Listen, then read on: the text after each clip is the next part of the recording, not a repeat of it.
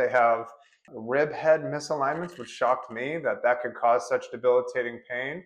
Stress, stress problems, their neck's tight, they got lockjaw from stress, headaches, migraines, that kind of thing. If you cannot relieve the pain of the majority of the people you attempt the method on, if you can't dramatically increase range of motion in the majority of people you attempt the method on, then we give you your money back. I tell my patients, like, don't pull too hard. You pull too hard, you're gonna flare this thing up. It's this, read my paper.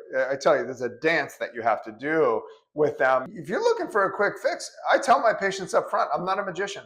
This is biomechanics. We need to strengthen muscles and move your pelvis into a different position. I can't wait to meet you all and put a face to a name, or maybe I don't even know your name, but I can't wait to meet you. Okay, so you can register at wheltonmethods.com.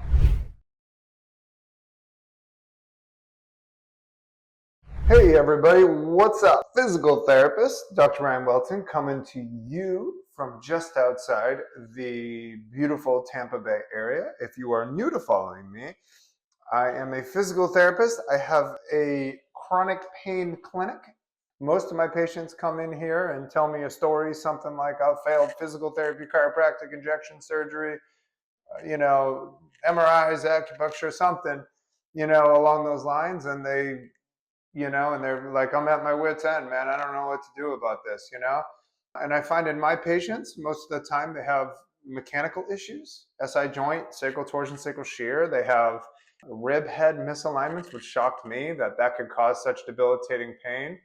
Stress, stress problems, their neck's tight, they got lockjaw from stress, headaches, migraines, that kind of thing. And I have been teaching for the better part of a decade, I would say. I publish papers. I publish my the name of the paper is Root Cause of SI Joint Dysfunction, Root Cause of Sacral Torsion, Shear, Anterior Sacral Tilt, where I propose that the root causes are as said in those papers with those patients as outlined. Most of those patients, if you read that paper, have tried all kinds of different things, and that's what I found it to be the root cause of. So, and I show you evaluations and methods that I've developed, and I help streamline that process for me. It was too hard to understand how they teach sacral issues in school, so I streamlined it, and it allows me to assess it much easier. And people report to me, my colleagues, that like, hey, thanks for this, man. It's helped me understand sacrums better. So just read my papers. They're free on my website, wheltonmethods.com. I also published a paper called Root Cause of Plantar Fasciitis, where I propose that I believe it's actually an ankle issue, not a foot issue. I have 2 patients right now who are almost better, where I address the ankle issue, not the foot itself. Of course, there are other treatments you can do for it, but this is what I do with my patients, and it helps my patients, and I'm generally not worried when a plantar fasciitis patient walks in. I also published a paper on posterior shoulder impingements where I outlined, I think, like 13 other conditions and what I propose is causing it, in my experience with my patients, and how I get it better. And then I have my courses. So I have my protocols, my rehab results course, which is my orthopedic protocols that I do with my patients in here. And then I have my myofascial courses. So my myofascial courses, I map the body. So in the full in-depth course, you get about 1,000 pages of maps of the body. It's pretty intricate. But a snippet of that course I put in the introductory shoulder course. In the introductory shoulder myofascial course, I give a satisfaction guarantee. If you cannot relieve the pain of the majority of the people you attempt the method on, if you can't dramatically increase range of motion in the majority of people you attempt the method on, then we give you your money back. Just email us, no questions asked. So anyways, that's that. And then I have my sciatica cervical radiculopathy course, which is a circuit of points that help me with my patients and gets me out of jams when people have sciatica. I stimulate these points, and not everybody, but I would say the majority of my patients, I stimulate these points and their pain relief. So it's been a huge help for me in the clinic. And then I also have my business course. And so everywhere I went, I traveled the country. And when I taught live in person, and people would ask me to help them open up a cash-based business that I have here in Tampa. And I was like, nah, not interested. I'm a clinical guy. And then I started, realizing that, hey, if I could teach them how to target like I do the chronic pain world, and we can bring them in and try to help them, and people use my protocols now. And I think there's more than a handful of clinics out there doing this, and they're basically exclusive Whelton methods clinics, and they are targeting the chronic pain world and bringing in the difficult patients and helping them. So it's really, really cool. And breaking news, I am now teaching live in person in my online community. So I am teaching, I get on there and we talk about a diagnosis, how I diagnose it, how I treat it. And you get major discounts to my courses. And then also you can bring in patients and we can all learn as a community. So I'm going to be mentoring. So a lot of people over the years wanted me to teach live, or I've had people want to come and watch me in the clinic or whatever, but like, this is better. I'm going to be able to engage with you in live Q&As if you want, and answer your questions, and we'll work together. I'm also an innovator. I'm always coming up with new techniques and stuff like that. So I have another group for that. Depending on which tier you do in my membership, then you get access to, unlock different things type thing. And then also, if you want to do one-on-one mentoring with me, I can do that. Just go to my website, wheltonmethods.com, and just click on my membership part of it, and you can see all the discounts you get off on courses. It's, to me, it's a no-brainer because of all the discounts you get on courses, and we get live, instruction type thing with Q&As and stuff like that. So anyways, I'm doing that. And then you can follow me on YouTube, Whelton Methods, Apple Podcasts, Whelton Methods, Spotify, Whelton Methods, and all the social media stuff is Whelton Methods. So I'm all over the place. Okay, so I had a patient today, or that I've been treating, excuse me. I saw him last night. And okay, this guy has an extraordinarily stiff pelvis, okay? So people talk about hypermobile, hypomobile pelvises. I mean, once you start to get into this SI thing and you do my evaluation method in my paper on wheltonmethods.com, once you get into it, you start to see like the mobility of people's pelvises. And there's some people, like a lot of guys, like you can't open. In fact, I'm starting to hurt my thumb on these people, like you see these 60-year-old physical therapists, that wear like splints because they did so much massages. I don't really do massages, but I open up SI joints all day long, right? So it's just like, it's taking a toll on my thumbs, and then so I try to do it like biomechanically correct, so the force comes right through here and not pinching here or pushing this way, jamming my first CMC. Anyways, so this particular patient is one of these stiff pelvis people, okay? And so he came in with SI, and his symptoms were, so this is my SI joint drawing of what I've seen clinically for 20 years. So he came in with here, pain, not so much pain across his back actually, just here, and especially when he extended back bend forward. When I evaluated him, I was able to get him out of pain immediately by realigning his SI joint. And I was like, yeah, no, it's SI joint. I rotated his sacrum back. He had a twisted sacrum, sacral torsion shear. Boom, his pain was gone. But then all of a sudden, I started to have a hard time getting this guy out of pain. And a lot of people become very impatient if they don't get instant results type thing. But this guy actually was in the medical field for like 20 years or something. And like, he's like, I know this is going to take time. So God bless him. It made it easier for me, because that's generally one of the hardest things I do, is try to like convince people, like, because we all have TikTok brain type thing, right? We're all looking for 7 seconds, everything's fixed, that kind of thing, right? But this guy, he's very patient, and he's like, I know this is going to take time. This didn't happen overnight. So he's very patient. And normally, my SI patients start to get better faster, but in this case, it really wasn't. So I was questioning whether this was, we didn't have an MRI, and I was questioning whether this was like sciatic, that I don't know how I got a migraine pain on the first visit by opening it up as SI, but I can't do it anymore. So like, is this sciatic type thing? So anyways, I republish my papers. If you read my papers again, I publish all these other orthopedic conditions that I propose as the causation of these orthopedic conditions. But one of them I updated was sciatica. So the way that I treat sciatica is I get it takes like 6 months. I tell my patients, like, don't pull too hard. You pull too hard, you're going to flare this thing up. It's this, read my paper. I tell you, there's a dance that you have to do with them, because 80% of my patients flare up their sciatic nerve by doing these stretches, because the sciatic nerve runs right through it. So you're creating nerve tension, right? So this guy's been really working on his piriformis flexibility, like I do. See that? Look at that. I do this every morning because I don't want sciatica. So I keep my knee down to here, which is how I treat it with my patients. And so anyways, he's been working on that.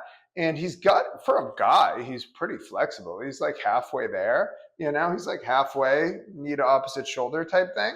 That's pretty good for a guy, especially an older guy, because guys are tighter. And so anyways, so it's now, I think we're at like 5-6 weeks, and he's 50% better. Now, normally my SI patients take 5 to 8 weeks ish to get better using my protocol. But this guy's going to take a while longer. And I think it's just because his pelvis is so stiff. But major breakthrough last visit is, so he's been working on his stiff pelvis, and the way that I propose SI joint diagnostics should be is, it's caused by, in my paper I wrote up, it's caused by an upslip and or outflare of the pelvis. And in the chronic world, I write in there that it's caused by both, bilateral, usually outflares. But so in my patients, I do electromagnetism and some other things. I can usually stabilize their upslip in the first 3 weeks, whereas people that aren't using that sometimes say, 3 to 5 weeks, which is, pretty normal. It used to take me 3 to 5 weeks without the magnetism part of it. But anyway, so his upslip came down, so we didn't have a positive prone press-up test anymore. His upslip came down. We strengthened his gluteus medius as part of my protocol that I published. And so like I would have him do the standing ball squeeze. Standing ball squeeze like this after his up, because in my experience, you got to get the upslip first. If the person still has the upslip, then you're just jamming an outflare that's just jamming bone on bone. Okay, but the upslip was, he didn't have a positive press up test, so I had him squeeze, and we had a major breakthrough where he would bend forward. That was his aggravating motion, and his pain in his butt relieved while he squeezed and bent forward, which is great for a couple reasons. And those couple reasons are is that if someone can do that, boom, you just confirmed the misalignment, because you fire the adductor group, attaches to the pubic symphysis, and by the laws of physics opens up the outflare, right? So I confirmed that was a problem, but it also creates buy-in for the person that may be getting skeptical. So the standing ball squeeze thing is huge after the upslip realigns, I find, because then they understand it. And I say, so what did you do? You fired your groin muscle, right? And when you fire your groin muscle, it gapped the SI open like this, and boom, the pain in your buttock relieved, which told me that wasn't sciatic. That was actually SI referred pain with him. So I nailed the diagnosis again. So like I got it, and then I couldn't figure out what was wrong with the guy for like 3-4 weeks, and then boom, we were able to do that. So what's happening is his adductor group's getting stronger, where he couldn't squeeze the ball before to get it open to relieve the referred pain, but now he is able to by doing that. Okay, so this one's going to take a while, several months, which is normal for a lot. I mean, SI is a process, man. You're taking the pelvis and moving it into a different position. It takes massive strength, and So if you're looking for a quick fix, then this isn't it. Most people in here, I can relieve their pain when they come in, but like if you're looking for a quick fix, I tell my patients up front, I'm not a magician. This is biomechanics. We need to strengthen muscles and move your pelvis into a different position. And that takes time. And if you're not willing to do it, then I'm not your guy. So I tell people up front what they're getting into just to make sure that they understand that. So anyways, this one was an interesting one. Let me show you what I've been doing with him. Let me grab my trusty assistant, Inette. Inette, can you come here for a second? So in this patient, let me go through the evaluation process, which I published in the Journal of Practical Pain Management, which I read, actually, thanks to AI, is one of the biggest pain journals in clinical journals in the US. So one of the most read. It has about 50 to 70,000 readers, it says. Really cool. Okay, let's see. So this guy came in, face that way for me. Everybody know Inette Vanna White of physical therapy. She's been doing these videos for 7-8 years. Everybody knows it. In fact, people call and they say, call my office sometimes, my students, and say, oh, you're Inette from the video. So I tell her she's physical therapy famous. Although she doesn't want to be. She told me the other day. Okay. So I put my thumbs on his PSIS and I had her extend back, him extend back, right? And when he extended back, my left thumb translated superiorly. So that told me on him, he had an upslip of the pelvis. So it went up like that. It was locked like that, okay? So extend back, my left thumb translated superiorly, so I know I have to get the upslip on him first. Lay on your back, facing up for me, please. So I always ask my patients before I pull on their leg, have you ever had hip surgery? And the reason why is because you never want to pull on a total hip replacement because that person is going right to the emergency room and having surgery. Okay, so have you ever had hip surgery? No. Okay, now I know I can pull on their leg. I grab under the hamstring. Don't pull from the knee because there's ligaments in there. I don't want anybody injuring anybody. So I pull under the hamstring. I say, I'm going to pull on your leg. It doesn't hurt, just a little bit of a tug. And I say, is that okay? And they say, yeah. Now, I don't do like any grade 5 or anything like that. I just make sure that they slide on the mat with me like that. Just a grade 4, stand up for me, please, and then just check again. And I make sure I got it. Arch back for me.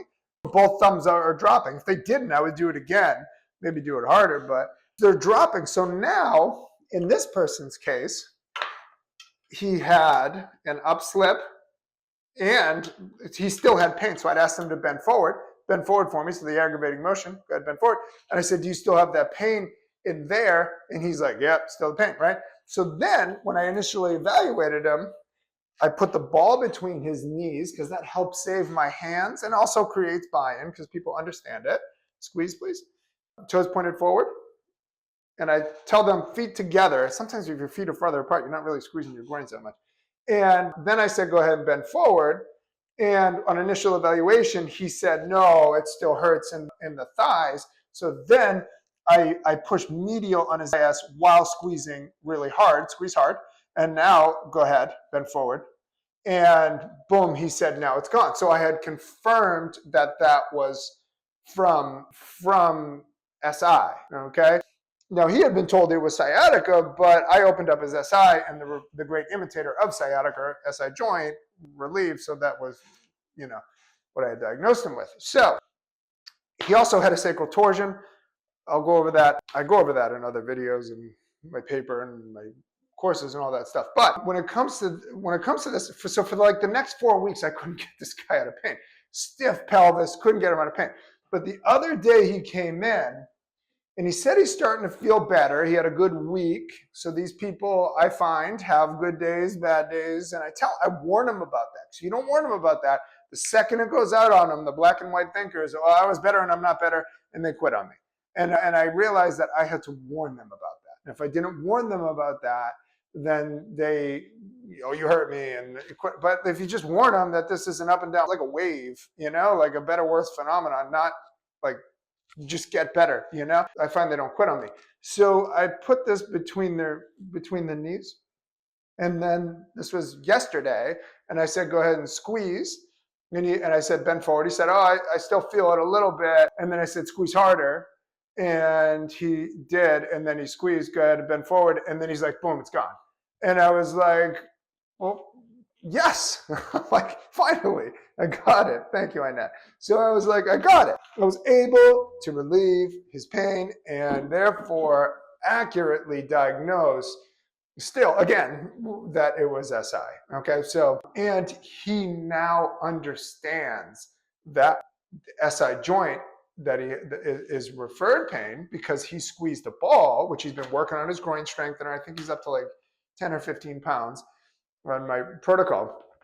He's been working up with his groin strengthener and his adductor group, and he is now starting to reap the benefit. And I told him, I said, when your groin muscles get that strong that you just squeezed right here, then have that much tension, they will, the laws of physics says it just holds it there. Just hence what you just did right here. You squeeze the ball, your back pain, your leg pain went away from your SI joint. When we get that there, then it holds that there. Do you understand? He said, yeah. So anyways, that is very helpful, the ball squeeze, after you get the upslip, I find in my patients, because they understand it. You're not just manipulating their pelvis or moving it around or something, like what you're doing is you're showing them which muscle is weak and why that's weak. You know what I'm saying? So it's really been that I do, like, even if I can relieve it just by having them stand there and push medial on their AS bilaterally, I will have them do the ball squeeze instead so they can see it. You know what I'm saying?